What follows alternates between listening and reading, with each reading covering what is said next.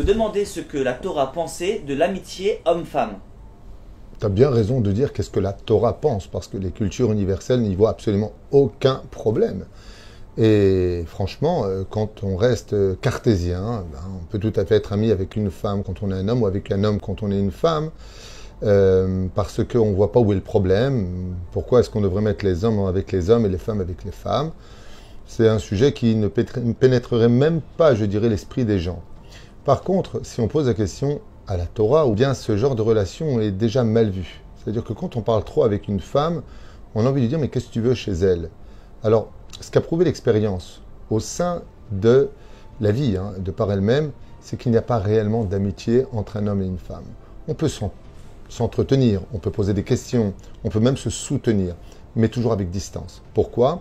Eh bien parce que combien de fois on l'a entendu, combien de femmes pourraient venir avec des larmes devant cette caméra vous dire ça n'existe pas. Et j'ai amené ma meilleure amie, elle est devenue amie avec mon mari et aujourd'hui ils sont ensemble.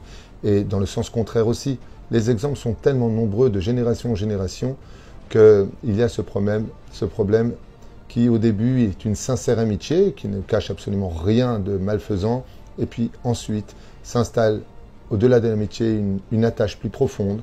Et puis on apprend à se connaître, et puis ensuite on apprend à se comprendre, on se fait confiance, et surtout quand on y met des paroles de Torah entre nous, eh bien on finit par tomber. Le Talmud nous dit dans Masechet Avot, premier chapitre, Al tarbe sicha im ha'isha. Ne multiplie pas tes questions avec les femmes, parce que chez toi l'homme, il y a un nefesh habehimi, c'est-à-dire il y a une âme un peu animale. Tu finis par regarder ce que tu n'aurais pas dû regarder, et puis imaginer ce que tu n'aurais jamais dû imaginer. Et puis chez la femme, son plus grand désir, c'est d'être comprise dans ses douleurs, dans ses faiblesses, dans ce qu'elle vit.